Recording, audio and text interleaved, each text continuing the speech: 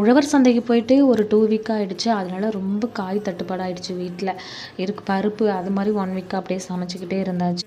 இந்த மளிகை ஸ்டோர் பக்கத்துல இருக்க அங்கலாம் போய் வாங்குனா 2 கேரட் ரூ. 38, முள்ளங்கி அது மாரி கத்திரிக்காய் வந்து 4 கத்திரிக்காய் ரூ. 30. காய்கறி ரேட் ரொம்ப ஓவர் ஆயிடுச்சு. நேத்தியுமே ரொம்ப ரேட்டு. 1/2 கிலோவே ரூ. 40 காய் எல்லாமே. ஒரு 8:30 மணி போல தான் போய் வாங்கிட்டு வந்தோம். இங்க வந்து இப்போ சிங்கானூர்லேயே வந்து ஞாயிற்றுக்கிழமை சந்தை போடுவாங்க. அங்கேயும் காய் எல்லாமே நல்லாயிருக்கும் ஃப்ரெஷ்ஷா. காலையில உழவர் சந்தைய வந்து விட்டுட்டேன்னா, அங்க தான் போய் எப்பொழுதுமே நான் வாங்கிட்டு வருவேன். அப்புறம் வேலையெல்லாம் பார்க்க ஆரம்பிச்சேன். சரி பிரதோஷமாச்சே வீடெல்லாம் க்ளீன் பண்ணிவிட்டு சாமி கும்பலான்னு தான் பார்த்தேன். டக்குன்னு தலைவலி வந்துருச்சு.